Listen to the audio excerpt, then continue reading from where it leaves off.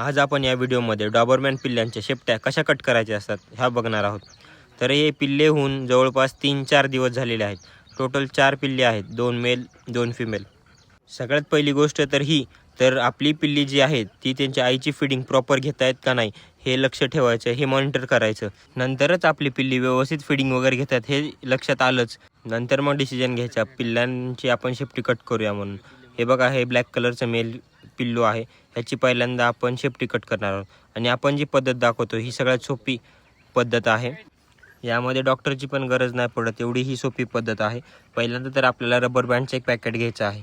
आम्ही जे rubber बँडचं packet घेतलेलं आहे हे रबर बँड मुली किंवा बायका जुट्टू बांधताना किंवा मग वेणी घातल्यानंतर जे लावतात काळं रबर बँड, हेच ते रबर बँड आहे। यामध्ये वेगळं काही असं नाही आहे, पण ह्या रबर बँडनी व्यवस्थित कटिंग होते म्हणून हे आम्ही यूज करतो, साधं रबर बँड यूज नाही करत।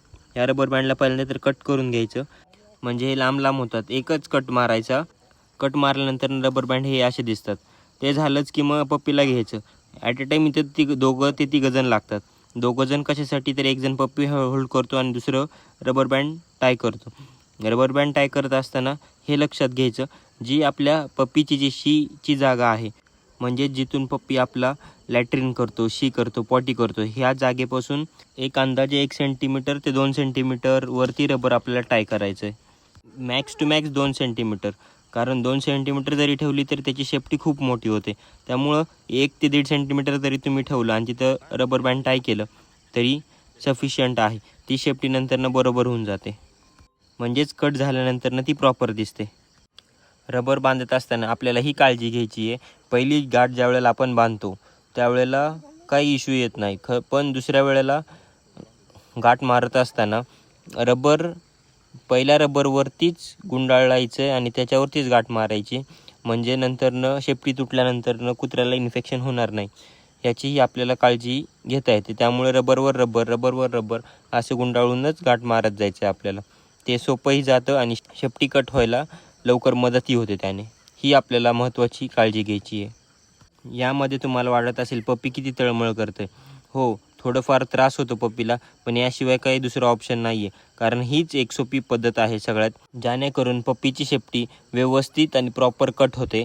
यानंतरनं जे डॉबरमॅनचं ब्राऊन कलरचं पप्पी होतं, आपण त्याची शेपटी कट करत आहोत। हे पण तुम्हाला मी परत एकदा सांगतो कशी होतं आहे। डॉबरमॅनचं पप्पी घेतलं, एक जणांनी होल्ड केलं आणि पहिल्यांदा रबर टाय करून घेतलं, एक नॉट मारली की लगेच त्याच रबरवरती परत फिरवलं आणि दुसरीकडे नॉट मारली। तसेच आम्ही 2 वेळा 3 वेळा नॉट मारून फिरून घेतो, त्यामुळे सोपं जातं शेपटी कट होण्यासाठी। हे असंच आम्ही सगळ्या पप्पीचं करून घेतलं। तुम्हाला व्हिडिओ कसा वाटला हे कमेंट करून सांगा, आणि असेच नवीन व्हिडिओ बघण्यासाठी चॅनलला सबस्क्राईब करा। परत एकदा भेटूया नवीन एका व्हिडिओमध्ये। आपण या यूट्यूब चॅनलवरती सगळे पेट्सच्या रिलेटेड व्हिडिओज बघणार आहोत, सो सबस्क्राईब करा।